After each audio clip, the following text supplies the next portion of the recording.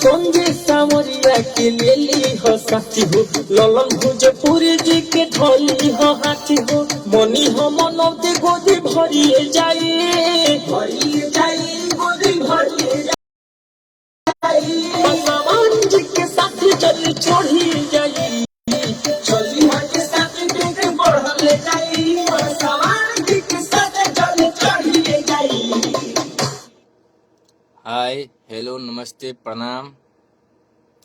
हम भोजपुरी गायक संजय सावरिया तमाम भोजपुरी श्रोता समाज के गोड़ लागतनी। आशीर्वाद के प्रतीक्षा रही।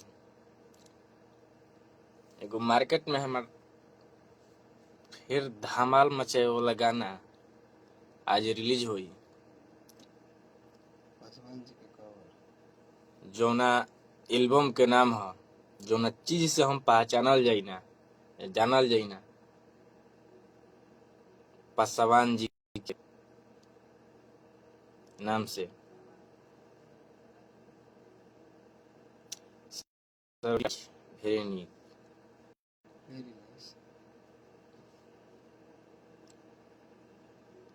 हम जौना चीज से जौना नाम से पहचान उहे चीज मार के फिर हमार वापसी हो गई।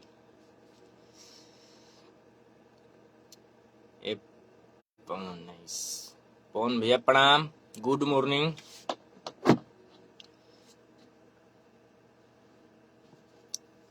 एल्बम के नाम है पासवान जी के कांवर। सरबजीत राज काल ठीक है भाई। बिगड़ा Paswan ji good morning good morning. ए पासवान पी पासवान जी जय पासवान जी प्रणाम भैया। बताओ बोला बोला शंकर भगवान के साथ चल चल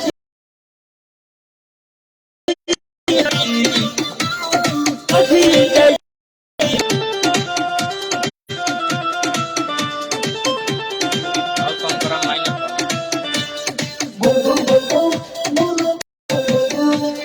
काहे खिसियाई बाडू धनिया हमार हो, चढ़ के सवनावा में हुई चमत्कार हो, चली हो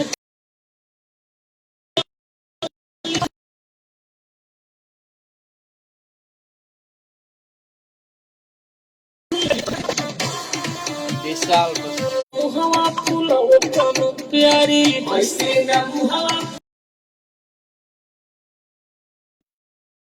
प्यारी, पहिला सुमारी की हुई जल ढारी, ऐसे ना मुहवा फूलो प्यारी, भूल के निगाह तो पे पड़ी जाए,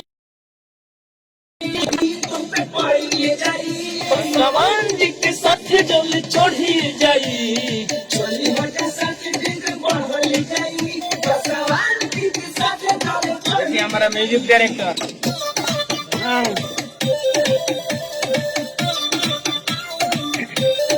म्यूजिक डायरेक्टर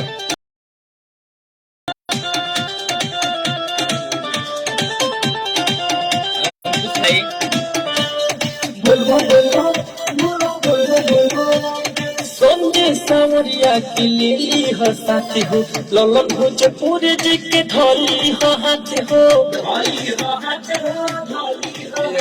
संजय सावरिया की लेली हो साथी हो, अरे बिल्कुल धमाल हुई भैया। भोजपुरी जी के ढोली हो हाथी हो, मनी हो मनौती आज 11 बजे दिन में गाना रिलीज हुई।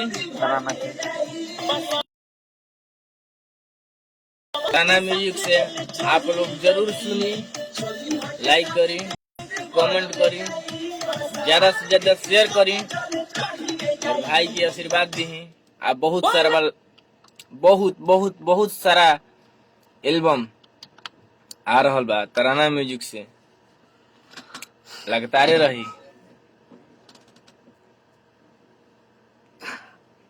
अभी हमारा माने पोस्टल डिजाइनिंग बनता।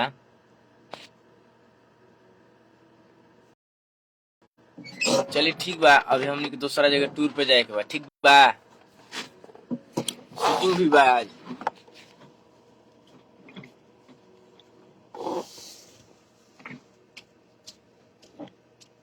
हाँ हाँ, रोज सब के आशीर्वाद रही तो बाजबे करी।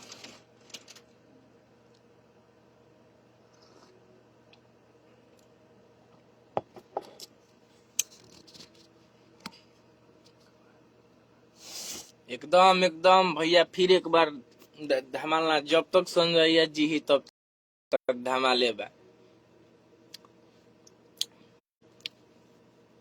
ठीक नू? बड़ाई के नीचे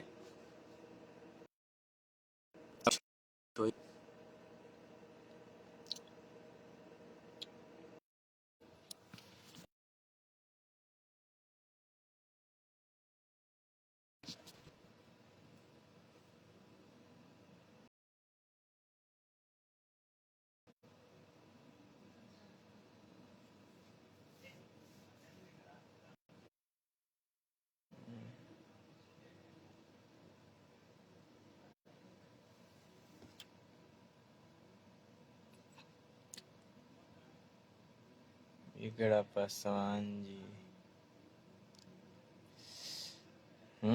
फिर एक बार धमाका हुई। आज 11 बजे रिलीज हुई। रोज से बता देतनी, रोज से भगवान बनी, गर्जियन बनी। रोज से ज्यादा से ज्यादा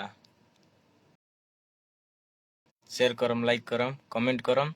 11 बजे दिन कामर एल्बम के नाम है रिलीज।